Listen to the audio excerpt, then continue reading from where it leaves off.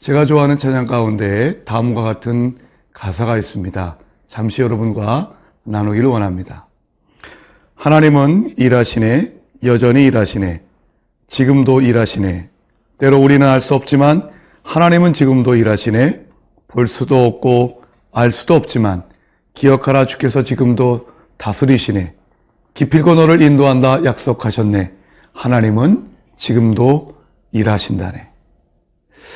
참으로 음미할수록 우리에게 힘을 주는 찬양이 아닐 수 없습니다. 그렇습니다, 여러분. 하나님은 열심히 일하십니다. 돈을 벌기 위해서 열심히 일하시는 것이 아니라 바로 우리를 인도하고 우리를 구원하시기 위해서 지금도 우리 하나님은 일하고 계십니다. 그 하나님의 열정, 구원의 열심을, 여호와 하나님의 그 열심을 이 시간 함께 묵상하길 원합니다.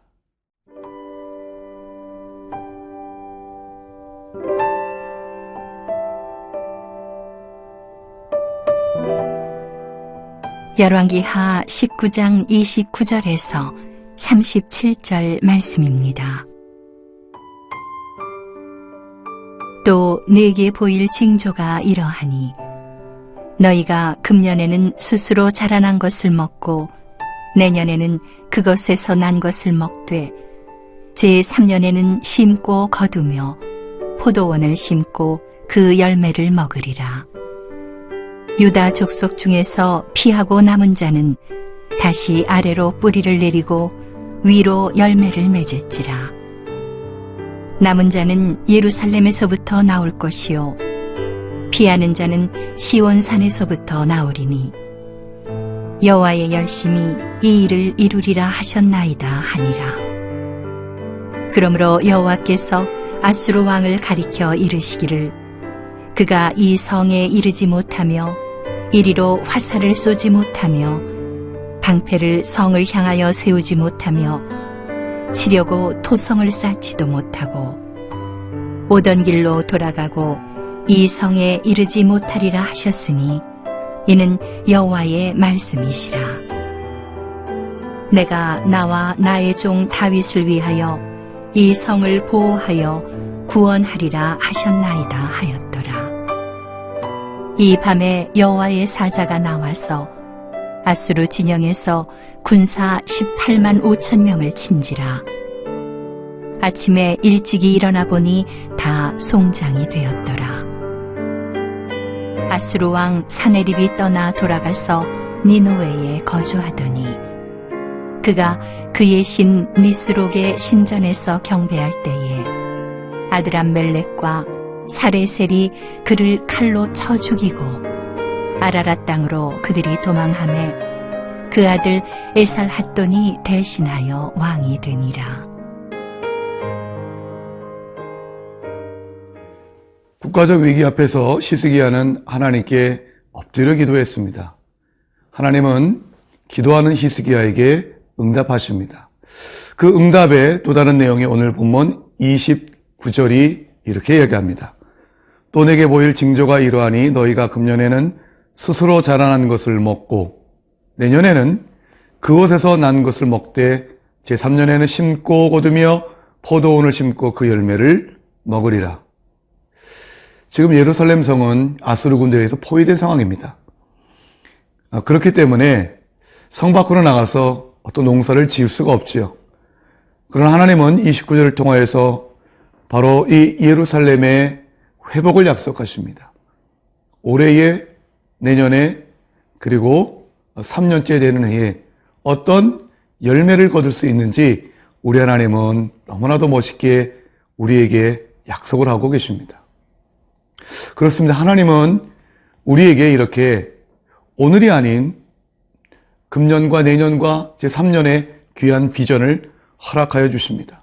사실 가만히 보면 이런 하나님의 약속은 히스기야가 당면하고 있는 처지와는 전혀 맞지 않죠. 왜냐하면 히스기야가 바라보고 있는 자신의 현실은 3년이 아니라 3개월, 아니 3주도 겨우 버틸 수 있을까 말까 하는 상황인 것입니다. 그런데 하나님은 올해와 내년과 제3년째를 상상하라고 비전을 가지라고 말씀하십니다. 이것이 바로 하나님의 위대한 구원의 약속입니다. 하나님은 우리에게 힘을 주시되 우리를 향한 하나님의 놀라운 비전을 선포하심으로 그 비전을 우리가 붙들고 나가길 원하십니다. 야곱도 그러지 않았습니까? 야곱이 그의 가정을 떠나서 하란으로 향하던 도중에 베델에서 하룻밤을 묵게 되지요. 그때 하나님은 야곱에게 나타나서 말씀하셨습니다. 땅의 모든 족속이 너와 네 자손을 통하여 복을 얻게 될 것이다. 자기 한 몸 추스르기 어려운 야곱에게 하나님은 너와 네 자손을 통하여 땅의 모든 족속이 복을 얻게 될 것이라고 하는 바로 하나님의 미래를 말씀하셨습니다. 이것이 바로 비전을 주신 하나님이고 이것이 바로 우리를 절망 가운데서 일으키신 하나님의 방법입니다. 오늘 그 하나님이 주시는 비전에 집중하는 여러분 될 수 있기를 축복합니다. 30절입니다. 유다 족속 중에서 피하고 남은 자는 다시 아래로 뿌리를 내리고 위로 열매를 맺을지라. 자, 여기에 매우 중요한 단어가 하나 나옵니다. 그것은 남은 자입니다.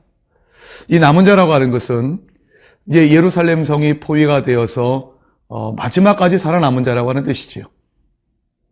그 생존자는 신앙적인 의미에서 어떤 사람일까요? 이사야 10장 20절 21절을 가만히 보면 하나님은 그 남은 자의 특징을 이렇게 말씀하십니다. 야곱 족속의 피난한 자들이 다시는 자기를 친자를 의지하지 아니하고 이스라엘의 거룩하신 여호와를 진실하게 의지하리니. 하나님에게서 남은 자는 내 눈앞에 보이는 힘센 자를 의지하는 자가 아니라 하나님만을 진실되게 의지하는 자입니다. 바로 그 사람을 하나님은 반드시 끝까지 지켜주실 것이라는 것이죠. 하나님만 바라보는 믿음의 사람이 남을 것입니다. 하나님만 의지하는 자가 남을 것입니다. 그리고 그 남은 자는 아래로는 뿌리를 내리고 위로 열매를 맺는 놀라운 축복을 갖게 될 것입니다. 시련은 바로 내가 하나님을 진실되게 의지하는 남은 자인가, 아니면 내 눈앞에 보이는 사람을 의지하는가를 입증하게 되는, 가름하게 되는 좋은 기회입니다. 고난이 있으십니까? 하나님의 신실한 남은 자로 하나님 앞에 나아갈 수 있는 하나님 주신 기회를 생각하고 하나님만 바라볼 수 있는 여러분 될 수 있길 바랍니다. 31절입니다. 남은 자는 예루살렘에서부터 나올 것이요 피하는 자는 시온에서부터 산에서부터 나오리니 여호와의 열심히 이 일을 이루실 것이다. 하나님은 이 모든 일들이 여호와의 열심으로 이루어질 것이라고 말씀하십니다. 도입부에서 말씀드렸던 것처럼 하나님은 우리의 구원을 위해서 지금도 일하고 계십니다. 그 여호와의 열심이 인간의 눈으로 볼 때 도무지 희망 없는 상황 속에서도 구원을 이루십니다. 그렇기 때문에 우리는 하나님만을 의지해야 됩니다. 왜냐하면 여호와의 열심만이 구원을 이룰 것이기 때문입니다. 나를 살려줄 수 있는 사람을 찾아가는 나의 열심이 아닌 나를 향한 하나님의 열심만이 우리에게 구원의 회복의 역사를 이룰 것입니다. 그 여호와의 열심이 오늘도 여러분의 삶 가운데 함께할 것을 굳게 믿고 주님과 동행하는 하루가 될 수 있길 축복합니다.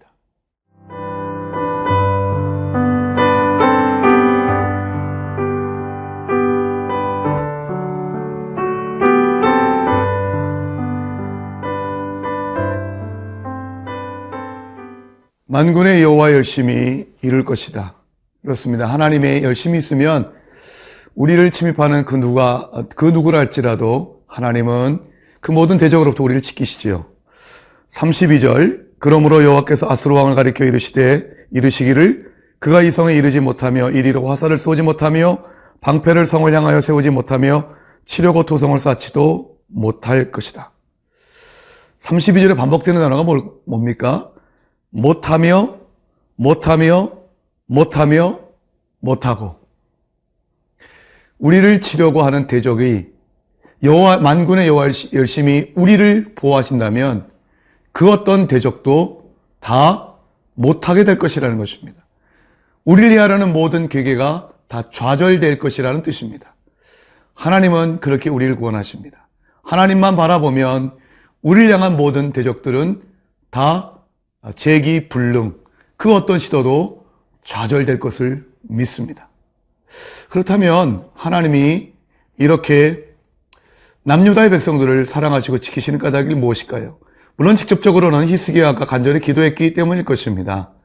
그렇지만 좀 더 근본적으로 생각해 보면 하나님께서 유다 백성들을 지키시는 이유가 있습니다. 그 이유에 대해 34절에 이렇게 얘기합니다. 내가 나와 나의 종 다윗을 위하여 이 성을 보호하여 구원하리라 하셨나이다 하였더라. 나의 종 다윗을 위하여. 하나님은 다윗에게 약속하신 바가 있었습니다. 사무엘하 7장을 보면 하나님께서 다윗에게 이렇게 말씀하시죠. 다윗의 후손들이 때때로 하나님 앞에 범죄한다 할지라도 하나님은 인생 채찍을 드시겠지만 그러나 하나님은 그의 나라를 결코 멸하지 아니할 것이라고 말씀하셨습니다. 내 집과 내 나라가 내 앞에서 영원히 보존되고 내 왕위가 영원히 견고하리라. 사무엘하 7장 16절이 그렇게 말합니다. 하나님은 약속에 신실하신 하나님입니다.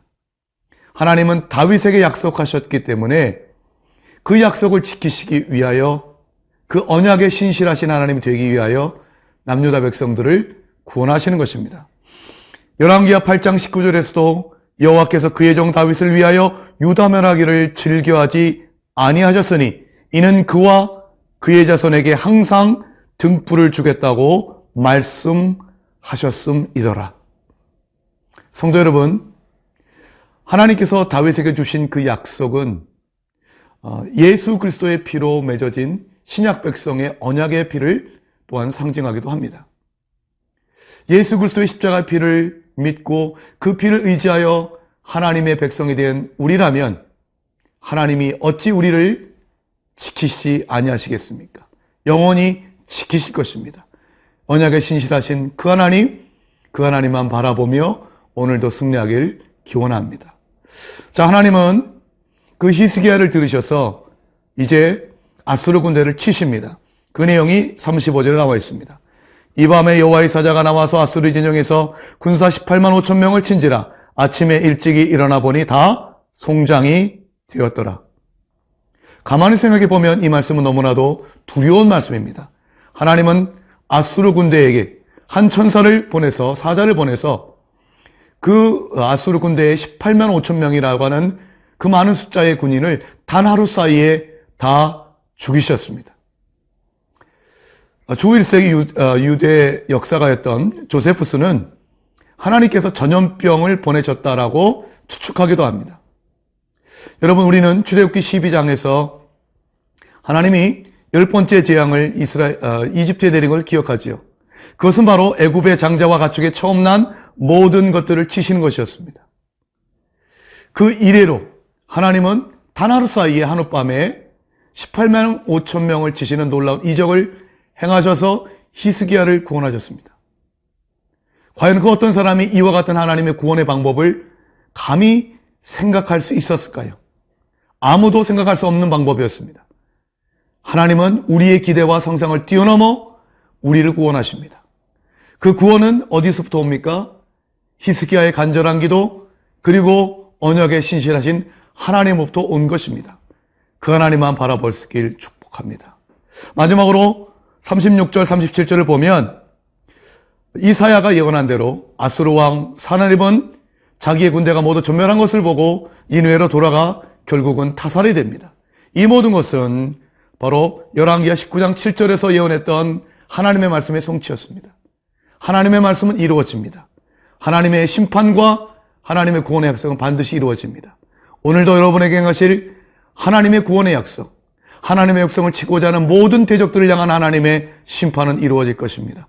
그 하나님만 바라보며 오늘도 영적 전쟁에서 승리하는 우리 모두가 되기를 기원합니다. 기도하겠습니다.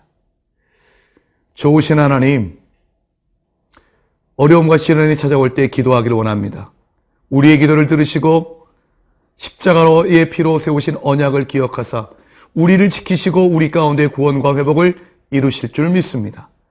그 하나님의 놀라운 구원의 역사를 오늘도 보게 하여 주시옵소서. 예수 그리스도의 이름으로 기도드리옵나이다. 아멘.